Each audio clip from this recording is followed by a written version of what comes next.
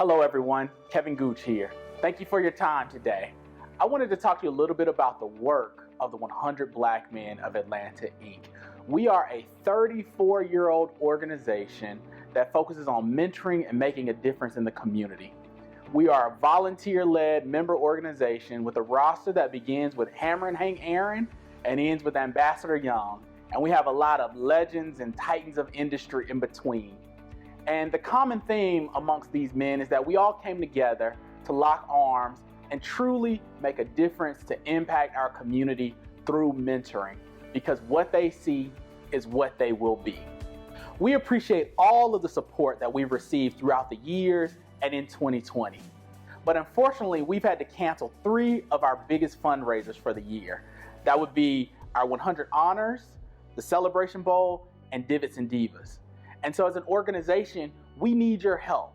We need more help. If you want us to continue to provide the programming that we've been delivering to our young people, if you want us to continue to deliver on that promise that we've made to positively impact the community by making a difference in the lives of the young people in these communities that are often left behind, these vulnerable young people, please support our organization. You can go to our website, you can make a donation there.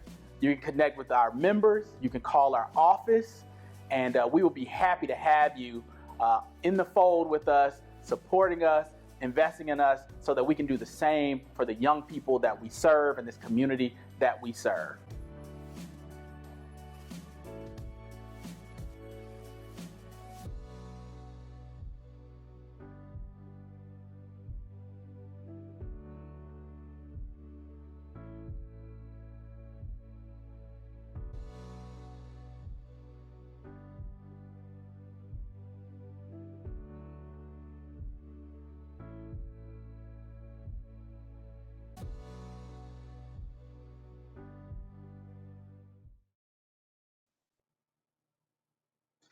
Good afternoon, everyone. Thank you for joining us in our latest installment of Let's Talk Leadership.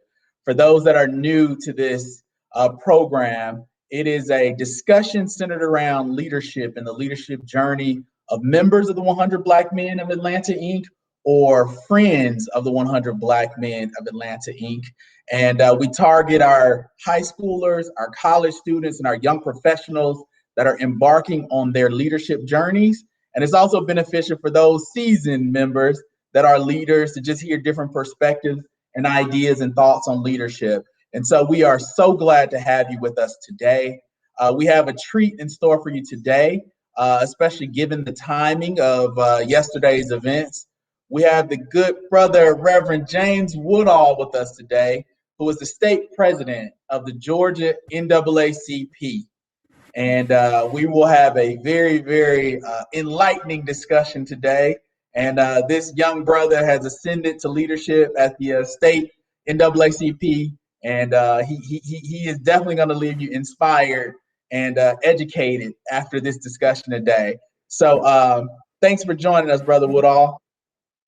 Thank you, Brother Chairman, and to everyone who's there. I thank you for having me. I look forward to such a rich and inviting conversation, and in fact one that'll leave us all challenged and as what we like to call wrestling in faith. So thanks for having me.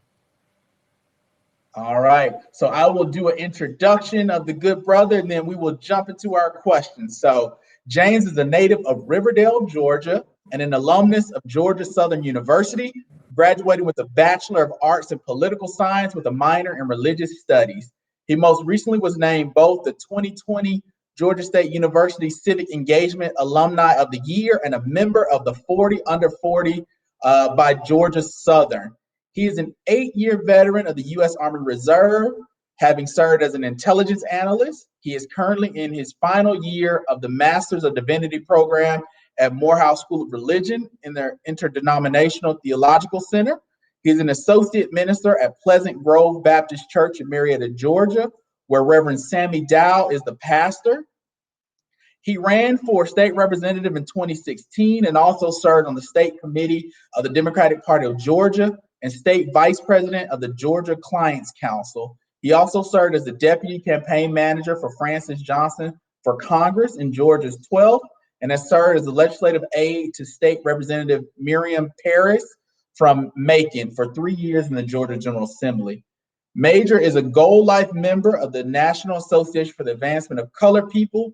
He has served as a state president of the Georgia Youth and College Division, vice president of its Bullock County branch, and state chairman of the Young Adults Committee. He graduated in December 2018 as an inaugural member of the Next Gen program, a national NAACP leadership cohort. He currently serves as the state president of the Georgia NAACP. Reverend James Woodall is a public theologian, an activist, a student, but most importantly, a prisoner of hope. He is guided by the words of the prophet in Zechariah 9:12, return to your fortress, you prisoners of hope. Today I declare that I will restore double to you. And in these days of challenge and adversity, he believes in the beauty of this moment to make America a better nation. So thank you for joining us, Reverend Major James Woodall. All right, so you ready? Let's talk a little leadership, brother. Okay. Tell us about your current role as state president of the NAACP. You know, as one of the younger voices and an emerging leader, what's your story and what was the path to get here? Most definitely. So one, you know, when I think about my role as state president, I think of one as being the, like what I like to call the pastor of the biggest Black Baptist church in the nation. You know, with over nearly 10,000 members, we have a distinct opportunity to engage with people literally all over this state, from the most northern city like Blue Ridge and Elberton to the most southern in Brunswick and in Columbus, as well as in Cuthbert, Georgia, and everyone else in between. We have a distinct honor, and I say we intentionally because it's not just me, right? It's a collective of leaders and servants who are committed to the long-term game of fighting for justice in the face of darkness, fighting for liberty, fighting for righteousness in the face of death and in darkness. And that's really what we're called to do. And so when I look at over the years that I've ascended to this role, I take myself back to 2013 when I saw, you know, the likes of not George Floyd, but the likes of Eric Garner in New York, who said, "I can't breathe," literally before he was choked to death by a New York City Police Department officer. And so back then we would protest and we would organize and we would you know, form coalitions on the campus of Georgia Southern University then and really try to find a way to release the stranglehold from people's necks so that our people can breathe. And so after that, over the course of several years, you know, from Trayvon Martin and Mike Brown and Oscar Kang and Tatiana Jefferson and Tamir Rice and so many others, to, you know, most recently Breonna Taylor, George Floyd, Ahmaud Arbery, these cases signal to a lot of us, you know, an opportunity for us to really understand what grassroots organizing was really all about. It wasn't just about being on television. It wasn't just about the protests, the demonstrations, the rallies. It was the late nights. It was the conversations with families that were literally grieving the loss of a loved one, unfortunately. And so we had to literally begin understanding what this thing called white supremacy was all about, how we got here, and ultimately what do we need to do to relieve ourselves from that suffocation. The last thing I'll say as relates to leadership is I look at it in this phrase: let everything that has breath praise the Lord. And I tell this story all the time because, again, 2013, you got this situation where a gentleman is saying, "I can't breathe," and then I hear this psalm in the scripture that says, "Let everything that has breath praise the Lord." And then I hear a sermon from William Barber who talks about, you know, Ezekiel 22, 25, 26, 27, that says God is angry because the politicians are like wolves. The priests cover up for the politicians, and extortion is rife. Robbery is epidemic. The poor and the needy are being kicked around at will with no access to justice. God says, I look for somebody to stand in the gap against all of this for me, to repair the defenses of the city and declare the good news of the Lord, as it says in Luke. And God says, I couldn't find not one. And so this is not something that I aspired to be. You know how some people say, I want to be a judge when I grew up, or I want to be a police officer. I didn't grow up saying I wanted to be the state president of the NAACP. The moment was literally brought unto my existence. God called me to this place, and for that, I'm forever grateful. Well, let me ask you this. So as a high schooler, what did you think you wanted to do with your life? Well, I wanted to be the first Black president of the United States. And then shortly after I entered high school, of course, we had Barack Obama. And I was quite frankly, I was pissed because I could no longer be the first Black president. And therefore, I lost, all passion to be president, but God works in mysterious ways. I might not have been the first black president of the United States, but I was the youngest state president in the history of the National Association to serve as its state president. So in some ways, I did make history, but in others, I still was dissatisfied. But nevertheless, in high school, we really didn't understand what we were showing up to this world to do. I knew I had a calling. I knew, that there was something for me in public and civic service, but I didn't necessarily know what vehicle to take. I didn't know about the NAACP then. I really wasn't pro-black, if you will. I lived in Riverdale, as well as in the English Avenue community here in the heart of Atlanta. And so those weren't things that we talked about growing up. We just knew we loved God. We knew we loved our family and our people, and we loved our fried chicken too. So that's really where, my roots come from. So oftentimes young people emulate their parents and what they see in their environment around them. Were your parents or were there any people in your environment around you civil rights activists? No, not necessarily. My pastor, the Reverend Anthony A.W. Motley, is a Morehouse School of Religion graduate. He's a Morehouse graduate, a Morehouse man rather. And he really embodied what that public theologian looks like in practice, serving in the pastorate in the church. My grandmother, she wasn't an activist either, but she was, again, a public theologian, loved, like mental health, and she got a PhD in it. She got her master's in divinity, master's in counseling, a PhD in counseling as well. And so, I kind of looked to them to kind of shape me in terms of how I approach the world. My mom was more so, she was into politics, but wasn't really engaged in it. She just had an invested, interest in it. And so I kind of took bits and pieces from different people. And ultimately, it led me to the Army and ultimately to Georgia Southern University. And once I got to Georgia Southern, it was a wrap because I had, people like the Reverend Dr. Francis Johnson, who was the state president at the time in Statesboro. And he took me under his wing and really mentored me and guided me into who I am today, pushed me in certain ways and forced me to think in others. And it really allowed for me to have the space to be able to demonstrate my capability of leading, but also a competence in the issues. And so once I took it from that point, the rest was history. The good brother Francis Johnson, we went to law school together, so I got to see Francis in the fire, man, at UGA Law together. So I know he can inspire and encourage and invest in others. So small world there. Yeah, he tried to push me to go to become a law dog myself, but I told him, I said, well, the calling is on me, and I need to understand and distinguish what this language of the prophetic realm is really all about. And me and him had those conversations time and time again, which ultimately led me to the School of the Prophet, the Morehouse School of Religion, and I'm grateful for it. As I finished up my last year, I've defended everything, and now I just got to do one more class. But I'm grateful to have went to the Morehouse School of Religion in the ITC because it allowed for me to tap into that prophetic language to be able to understand and comprehend the struggles of our people.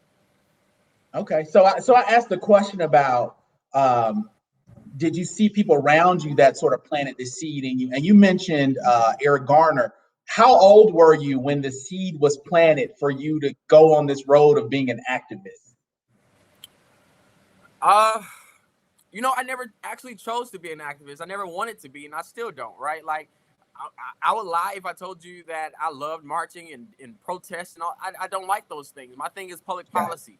And so, but I just always had the need, or I always had like, a motivation to be able to respond publicly in the public square to the situations that were happening, and the opportunities always presented themselves where there was a need for someone to organize and bring people together, to be able to lift up their voices and really to discuss and describe how the spirit of our people are literally being suffocated, right? And so oftentimes the way we extinguish that is by allowing our people to speak, to sing together, to hymn together, to protest and march together.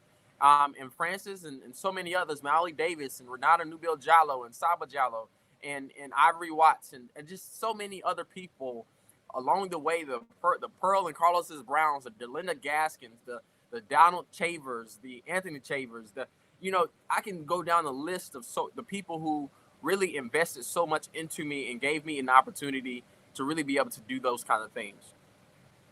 So I asked that question because I think the young people that listen are high schools or college students. They think they have to sort of draw a direct line to, when I'm an eighth grader, I feel like I want to do this, and then I have to follow this direct path. And if I don't end up exactly where I thought I would be as an eighth grader, I may have been a failure. And so I like to tell that story because you hear from multiple of these discussions around leadership. People are like, I was fluid. I took what came my way, and then I figured out where I wanted to be. And it may not have been a direct line. There may have been some twists and some turns, some shifts along the way, but being open-minded, being fluid, and sort of following that passion that drives you. So I like to make sure that we emphasize that to the folks that are tuning in, that, be open-minded and be fluid. And if your plans don't work out exactly how you wrote them out, that's okay, because you can still accomplish your dreams and be successful. So tell us what a day in the life of Major James Woodall is like, and as the leader of the NAACP. Well, really there's no day, there's no normal day in my life, quite honestly, because everything is different. So at no point in time will there ever be a same day. Some days I'm literally in the office from 9 till 9 at night. Sometimes I'm here from 11 till about 3, or it just depends. But every day what I try to do is really represent our organization's ideals to the best of my ability, whether it's through public policy, serving down at the state capitol, being able to get policy push, speaking to legislators and elected officials throughout the state to ensure that some of the issue areas that we prioritize are addressed, working with our corporate partners, Georgia Power, Coca-Cola, other organizations that have a vested interest in the success of our communities. If we're not able to have those relationships, then it's really no point for us to even be in this work. Or sometimes it's traveling, going down to these communities and talking to people and really understanding some of the issues that are being addressed in the media. You talk about the George Floyd, but we had just yesterday a press conference with a meeting as well with the Georgia Bureau of Investigations, the director, Vic Reynolds, talking about another murder, several murders of Black people at the hands of police officers. We'll probably be in Brunswick in the next 2 weeks there, because they have a case that's a hearing within that case that's about to approach. So there's really no telling what the day or the week holds for us in this work. But what we do know is that when we show up is when things begin to happen. And if we're not there, then there's oftentimes a missing voice or a missing representation of that justice work. And last thing I'll say is that some of this work also entails us holding Black people accountable, because simply suggesting that we get Black people elected and we have representation that our people are going to be safe and healthy and alive. And the reality is that is just not true. Our struggle is not against flesh and blood. It's not against Black people. It's not against white people. It's against white supremacy. And I say white supremacy not in reference to a race or color or skin tone. I'm talking about a system of beliefs, a system of practices, and institutional control that continues to put our people at a disadvantage. What's the most important characteristic of a young person that says they want to go into this advocacy work for our people in this fight for civil rights? Well, what I'll say as relates to qualities is having integrity.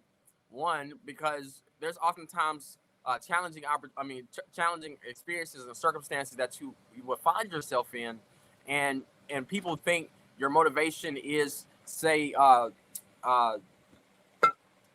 maybe money or fame or those kinds of things. But what I ultimately will say is that, what I ultimately will say is that when we show up in this work, we have to understand that we are here, we are called, we are allowed to be present in this moment for a reason. And if that reason is not distinguishable and is not unique to our very being, our very personality, our very will, then it's no point of us being there. We should be able to bring forth a difference, a noticeable difference that would ultimately decide what happens in this moment.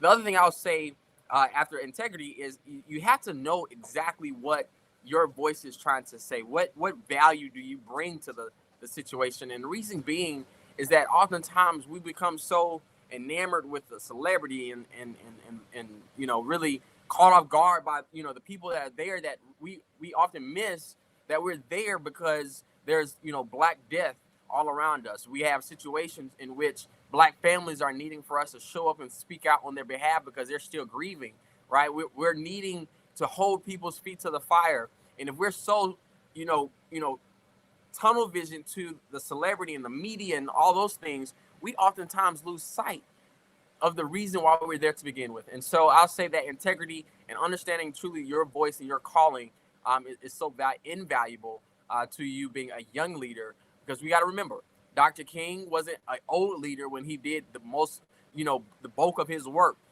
Juanita Colvin, she wasn't a young person, or Juanita Jackson, excuse me, or Claudette Colvin, or Rosa Parks, or, so many people, Jesus even, they were young people who began their work in an intentional effort to be able to cause some disruption to the status quo. We have the ability to do that again in this moment, and no generation is absent that calling nor responsibility. So when you're looking around to add some person to your team, or when you see someone, what is it that you see in them to make you want to add them to your team and sort of work with them? What is it that they're exhibiting, or what is it that they're doing to say, I need to be connected to that person because they're doing great work? Well, I look for someone who is willing and who is tenacious, and someone who shows up to just get work done. One of the things that we often say in the Army is that, we laugh because we say we hate working with civilians because it's always like, I feel or I think, in those kind of language barriers that we often distribute or demonstrate. What we're looking for are people who are not looking to work through emotion, but more so willing and ready and able to process those emotions to be able to get towards that desired outcome in state.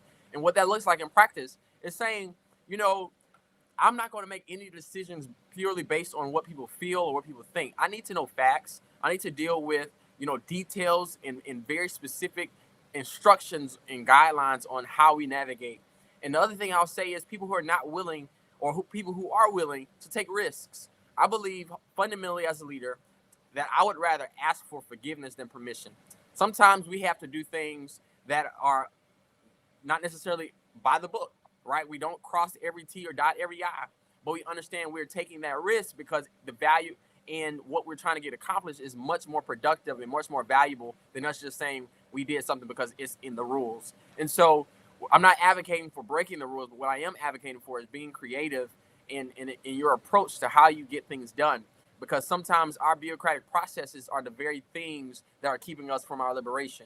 And we're just one person, right?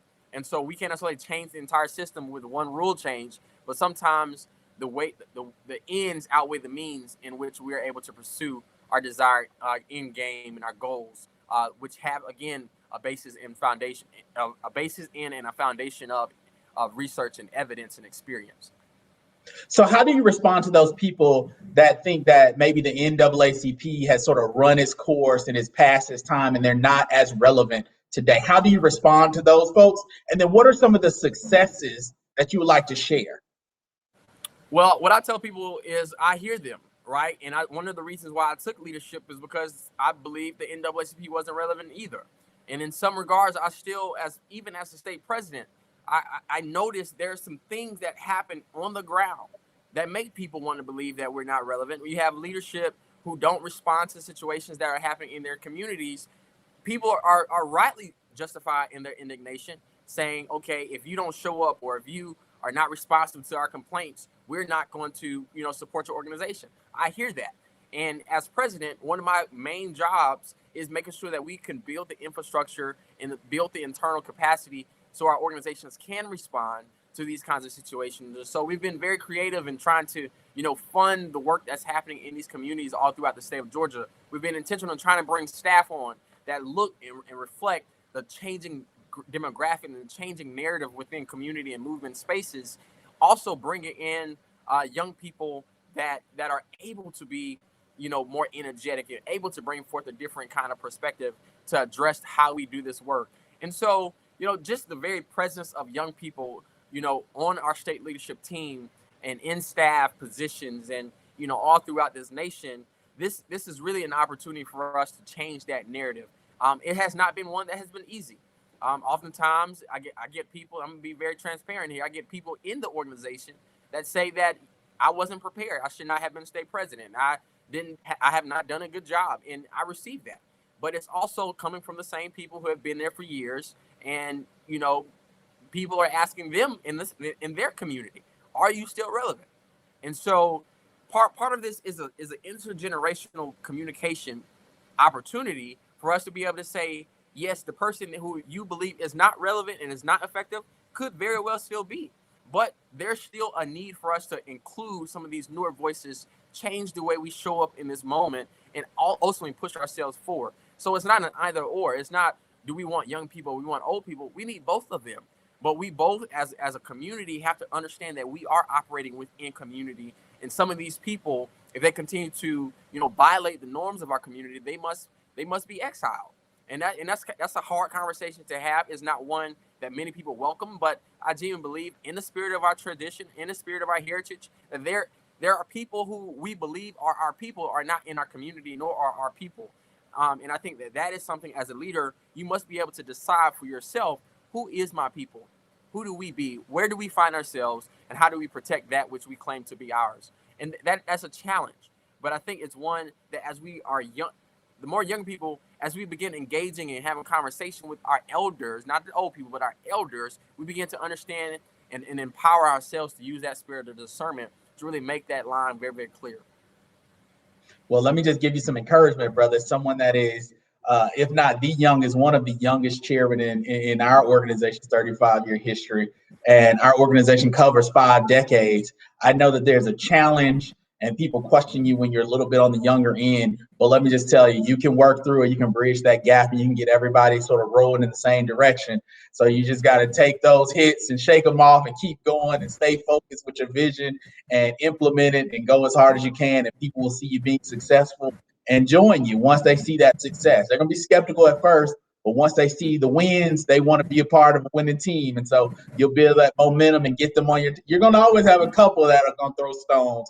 But just remember, just because you have one loud voice that's criticizing you, that doesn't mean everybody's criticizing you. So just stay after and stay convicted and stay committed to your goal, your vision, and your mission, and you'll get there, sir. So hit one or two of your successes that you've had thus far that you're proud of.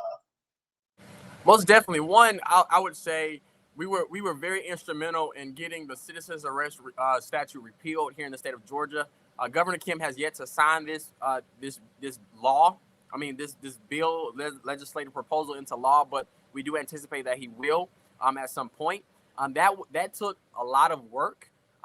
Working over the summer last year while everybody was in the streets protesting, we were, hard at work trying to craft some legislation that would not only appease, the police and law enforcement community, but appease the markets and appease the business associations and chambers, but also work with the family there in Brunswick and the community there to understand the nuance of the citizens arrest statute and in working with legislators to ensure that they understood the very, complex issue of stands of ground, complex issue of the castle doctrine, and understanding what's actually existing law, what's the legislative intent created in 1863, and working through the entire history of, how we engage that part of our law here in the state of Georgia. And that passed. And that was something, that was just overwhelming because we knew that was necessarily at the heart of the Ahmaud Arbery case when, the defense attorneys are saying, they try to commit a lawful citizen's arrest, and that is a reason for reliable defense. But we knew that was just completely irrational and incorrect, even when the district attorney himself put that in writing. And so we took that on, and I think that chapter is beginning to close a lot. The other thing I'll say is, as a young leader, one of the things that I was oftentimes warned about is, you're going to have to raise a lot of money. And, you don't have the relationships, you don't have the skill set, you don't have the experience to be able to, be successful in this role, because that is one of the main job functions that you have. Well, when I got in, we didn't have a lot of money. And we also say, oftentimes when we say you don't want to talk about money in these Black organizations, but I think it's important that we do so as a point of transparency. Before, when we started, our operating budget was maybe $100,000 unrestricted, about $300,000 restricted. Since I've taken that on, we've more than tripled that. And I'm grateful for that. And we've been able to hire staff and give out money directly to organizations and re-grant them to our units statewide. We have about 180 units across the state of Georgia. And we have never, to my knowledge, have ever done that before, where we're raising money to give it right back out to our people. And I believe in paying our people and ensuring that they have the financial resources, right? We talk about resources all the time, but we're never really specific about the money aspect. And in the news, when you have Black Lives Matter getting millions and millions of dollars, and everybody's asking, where's the money going? I want to be able to say that Georgia NAACP is spending its money in the field, making sure that the people have the resources that they need to be effective in this work. And that is reflective in our budget. And so our budget is public information, right? If you want to know what we prioritize, you see how we prioritize it in our budget, and see how we're using the money that people are giving us as a nonprofit organization to be able to re-empower communities throughout the state of Georgia, whether it's through organizational coalitions like the Just Georgia Coalition, where we're working to influence not only electoral politics on the local level, but build the infrastructure and the movement capacity and build young leaders throughout the state, so we can have a statewide network of people who are able to engage this work and not just be consolidated all here and concentrated in the metro Atlanta community. That's important to me, right? And so we work in Brunswick, we work in Randolph County, we work in Albany, we work in Columbus, we work in Macon-Bibb, we work, in Statesboro and in Screven County, places that people don't normally organize in. And so that's been the other great, achievement, if you will, or great milestone in my tenure as state president over the last 2 years. And I'm grateful to stand on that. Well, no leader is perfect, right? I understand that. So what is one of the things that has happened that you wish you could have done differently to get a better outcome? I wish I wasn't so nice. Being a young guy coming in, you want to make friends with everybody. No matter what you do, people will not be satisfied. No matter how transparent you are, no matter how proactive you are, there's always going to be a person, to your point, Kevin, that you just talked about. There's always going to be somebody who just finds something wrong with what you have going on. And I really wish I did not spend as much time as I did trying to make them feel better about me, or trying to make them feel better about what I brought to the table. I was not called to serve them, nor their egos. We were called to do a greater work. And so that greater work sometimes means ignoring the hell out of them because they're wasting your time, right? Stop trying to appease the peanut gallery, as our people used to say, and focus on the work. Focus on the people you're called to serve.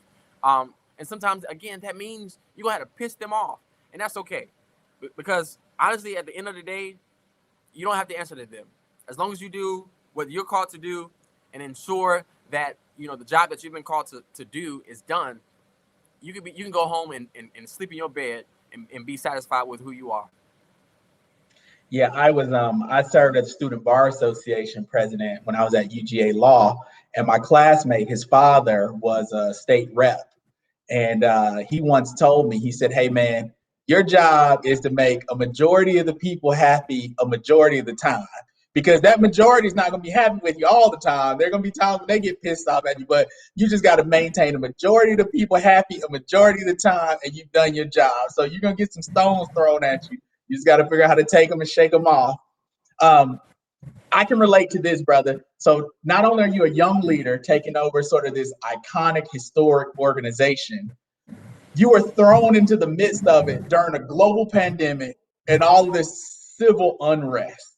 So how has the pandemic affected what you've been doing as an organization? And was there sort of a pandemic pivot under your leadership? Well, what I'll say is that we was prepared for such a time as this. Working in crisis communications, understanding how rapid response required a certain change in how we operated on a day-to-day basis. That's one of the things that we dealt with in the Army all the time, and I think I'll gain that experience for that purpose and that purpose alone. Being bold in how we declare, like for instance, when there was mask mandates all over the country and our governor did not want to issue a mask mandate, we issued our own mask mandate. I understood, as a policy person, how to draft executive orders. So I drafted my own executive order. That's something that we in here in the NAACP never actually done before. And it was a different spin on how we, engage the issues of the day. That was quite unique. We also looked at, suspending our assessments. As an organization, we have our units pay assessment fees to our state and our national level. We suspended our assessment for the past 2 years, making sure that our units did not have to incur a financial, kind of need to pay us for being in the NAACP.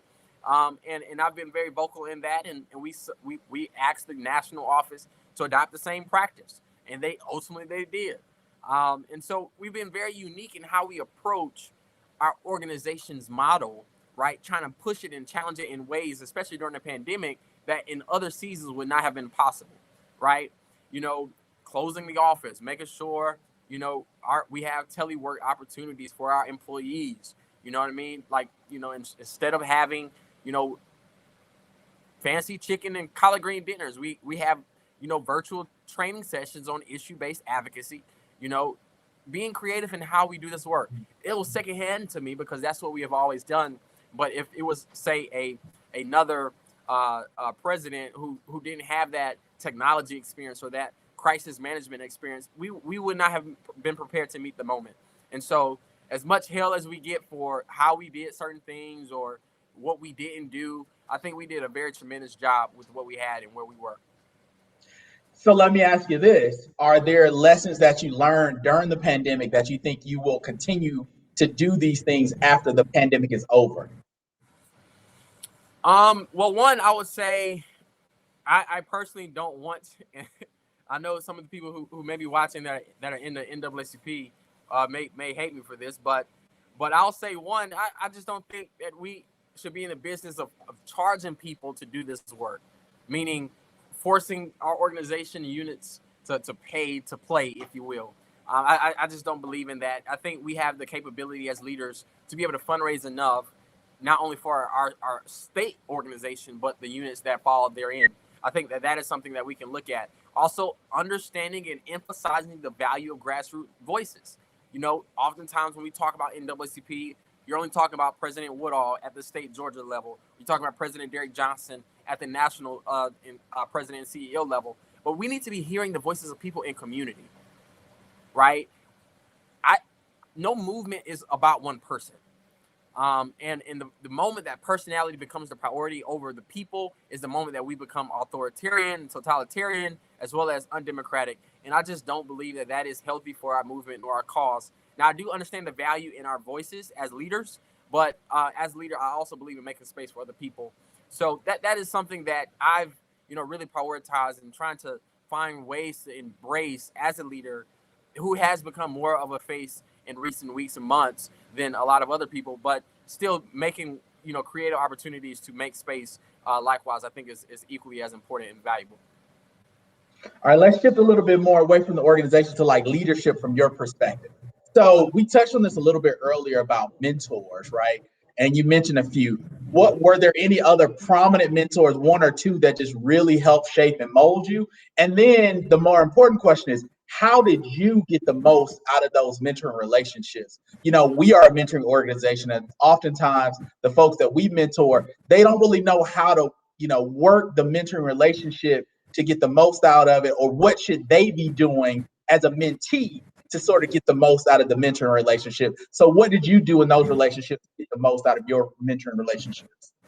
Well, I asked questions, and it was never all of my mentors, never gave me the answer. They challenged me to think deeper. And two that I can think of, one is Dr. Christopher Marion Pugh. And one of the things he challenged me very early on, he would always tell me, he says, I know what you're doing. And I would always ask him, well, what does that mean? He said, well, I just know what you're doing. and it was deeper than, you know, the particular moment. It was a spiritual kind of declaration. But he also would tell me always, he says, notice you are not called to be the savior. You were not called to save the world. You were not called to save anybody. You were called to simply give the world a choice. And the choice that the world chooses is not up to you, but it's ultimately up to the people that you were elected to serve. And once they make their choice, your job is complete. And so I struggled with understanding what that meant until I'm a leader here, and I had the language to be able to articulate what that meant to me. And it simply was, I'm not here to prove anything. I'm not here to prove that Black Lives Matter. I'm not here to prove that Black people are beautiful. I'm not here to prove that America is just or unjust. I'm simply here to share a perspective and challenge the very thought processes of what we think to be normal and contemporary, and to reject the dominant narrative therein. And so how that looks is one, you know, asking questions. And so the other mentor that I had outside of Dr. Pugh was Reverend Dr. Riggins Earl, who is a public theologian. He's a public ethicist, and he works in you know, the ITC for nearly 40 years. And me and him go back and forth all the time, and not in a sense of, well, he's teaching me in the contemporary sense, but he's teaching me by exposing me to the possibilities of the mind in ways that we have not been able to articulate in our faith tradition. And so asking questions about suffering, asking us questions about martyrdom and survival, and how, you know, the human condition finds itself. Is it inherently violent, or is God inherently just and good? You know, questions that we normally wouldn't think about or talk about or ask, but all have implication in the work we do every single day. Is it okay for us to be okay with suffering for our people? Is that suffering redemptive? Is that suffering necessary? You know, we just saw George Floyd yesterday, the case of Derek Chauvin, who murdered him. You know, Nancy Pelosi says, thank you for your sacrifice. Thank you for dying so that we can have justice. The ethicist would ask, is that justice, is that life redemptive now that a verdict of guilty has been rendered? You know, and so asking ourselves these kinds of fundamental questions that change how we approach the work, I think, is just as invaluable to our liberation as those answers and those pieces of information and knowledge that we don't have access to currently. Okay, well, tell us a little bit about your leadership philosophy, right? You have leaders that are servant leaders. You have leaders that are focused on sort of the bottom line. You have leaders that are focused on just developing the people behind them. What's sort of your North Star when it comes to leadership? My North Star is the mind.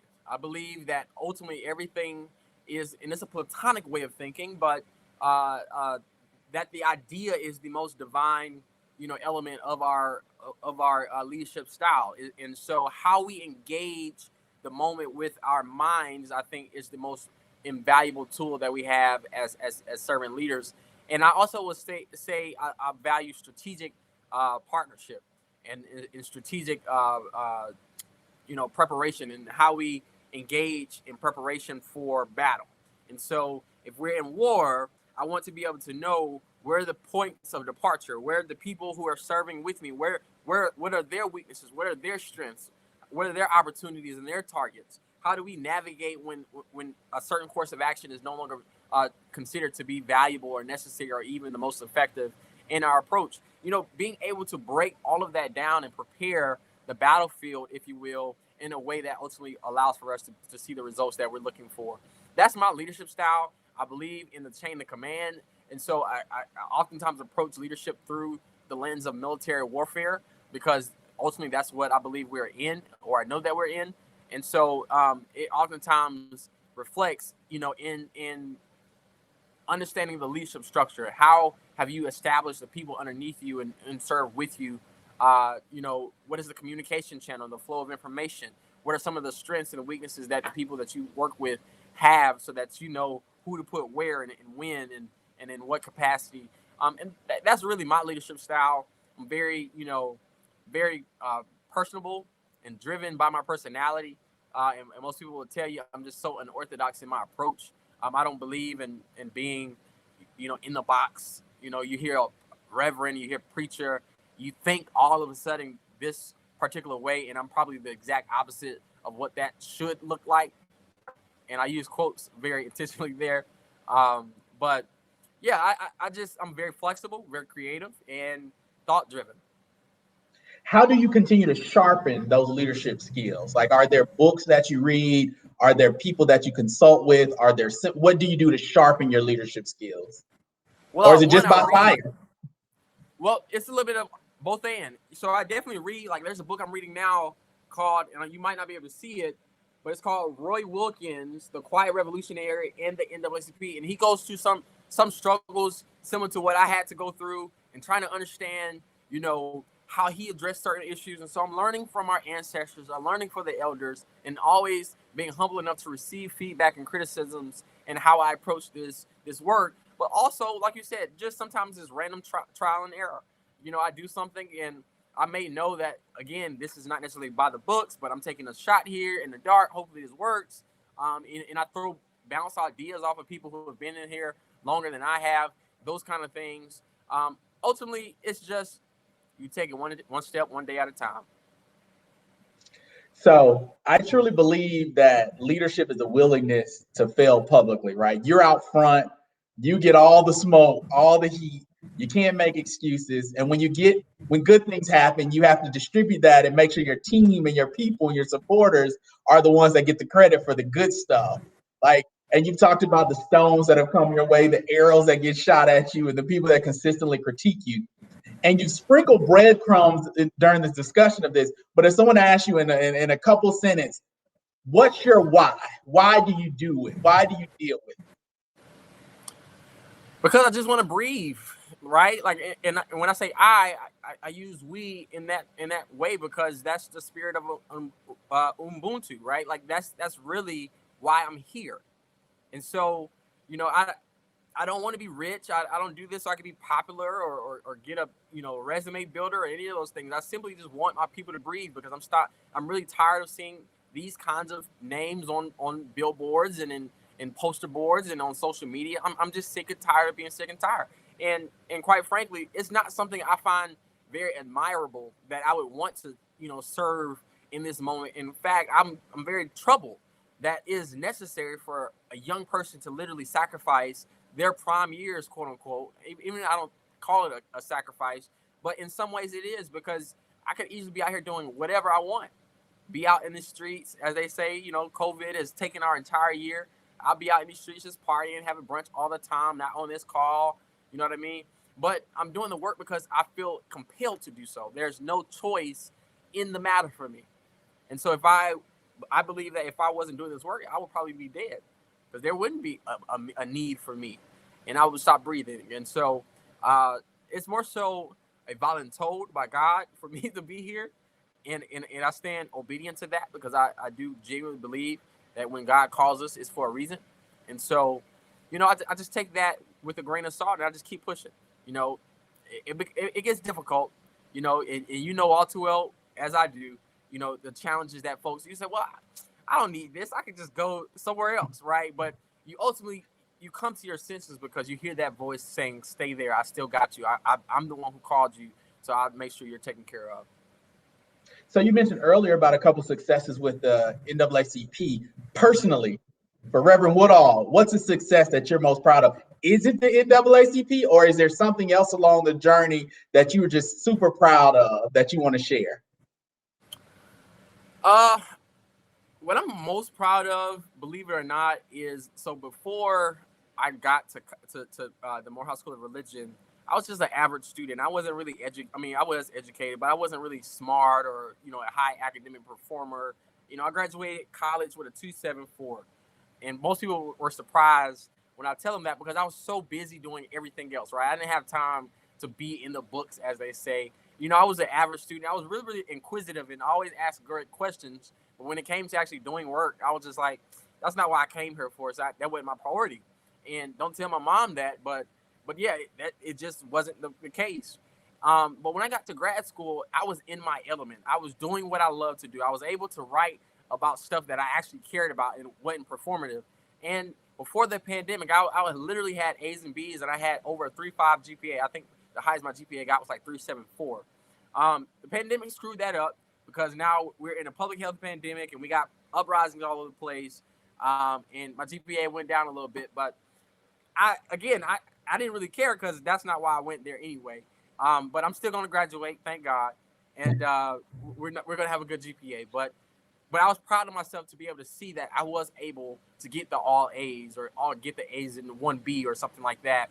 And it was something that I was looking forward to. But things happen, and maybe this was God's way of keeping me humble anyway. So this question is for the young leaders that are tuning in. I really like to ask these questions of all of our leaders. And in particular, I'm interested in your perspective on it as a really young leader in an organization like this one. How do you deal with an underperformer on your team? And especially if it's someone that's sort of older than you and they're underperforming, like how do you deal with those underperformers? And then how do you deal with difficult conversations that you have to have with folks?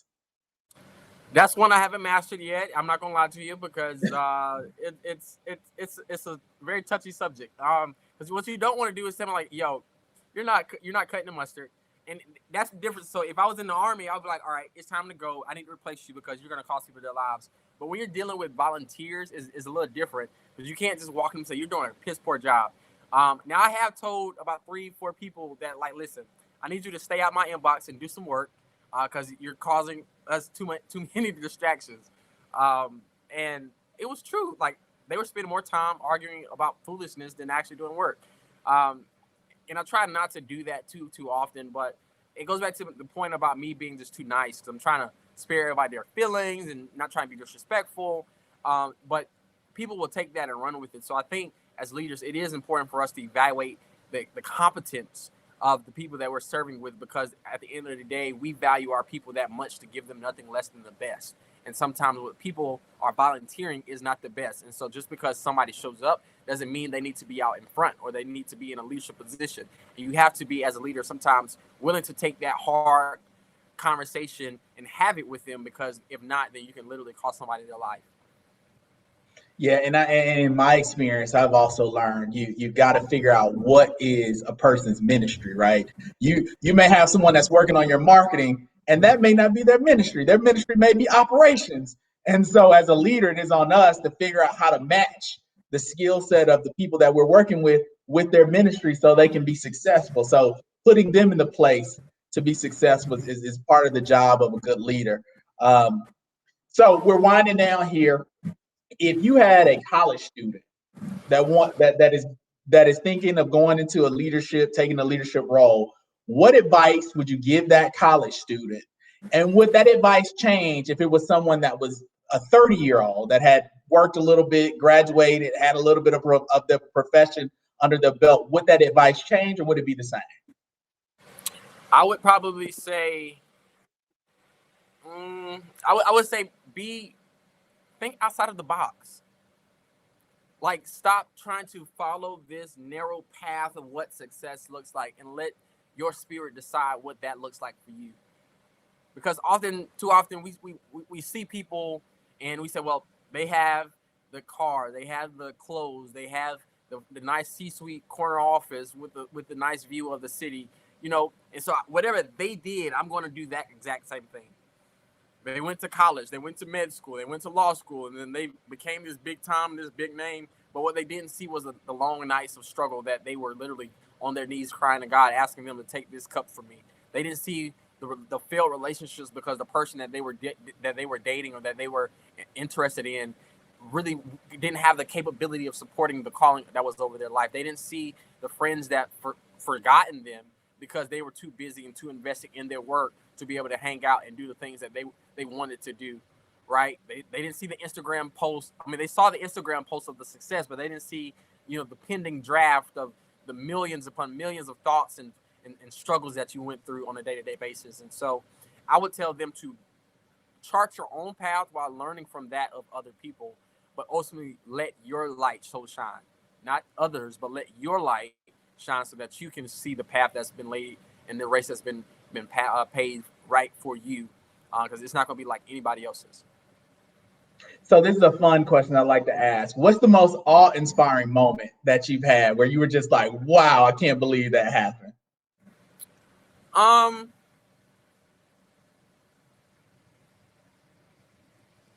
I probably would say, like, every time that I get, like, on CNN or MSNBC, like, I believe it or not, I don't like being on, like, television, that kind of thing. I always look at it, I'm like, why am I frowning when the camera always comes out on me, or, being my self-critique. But just being on those kind of shows and those platforms and being able to lift my voice in a way that's both confident and compelling, I think is the most awe-inspiring for me, because it's like the whole world is watching what we are doing. And so from the Warnock race, the Ossoff race, the president, to Ahmaud Arbery and Rayshard Brooks, being in position to respond, I think has been the most awe-inspiring for me, because I'm just so grateful to be able to do what I know other people can do as well. Let me ask you this. What do you want your legacy to be as a leader and as a person? I just want my legacy to be somebody who cared, who genuinely believed in the breadth of human life, who challenged the notion of what humanity could be, what humanity has been, what humanity is. So as a theologian, as an activist, as an organizer, as a leader, I believe in the inherent goodness, in the inherent power, in the inherent divinity of our human experience, because I believe that God created each and every one of us in that image. And never once did I read in my book of sacred scripture that God called it ugly, that God called it wretched, or that God called it evil, but rather that God said, let there be light, and there was light. God said, let there be humanity, and there was humanity, and that I called it good. That's what scripture says. So I want my legacy to be just that.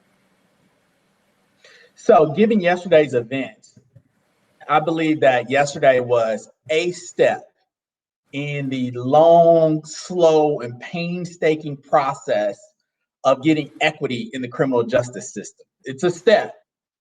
And what should we as a people be focused on now going forward, considering that one step that happened yesterday? What's next? What should we be focused on? I think we should be focused on redistricting, right? Like, we have an opportunity right now to impact the next 10 years of public policy. And so when we are talking through what the census holds for this, right, we need to be talking about what our communities look like and what our communities can be doing right now to prepare for the census. And so we're going to be going through a state tour here in a few weeks to go throughout the state of Georgia and start mapping our communities so that we can prepare to submit our own maps to county commissions as well as the state legislature. Okay.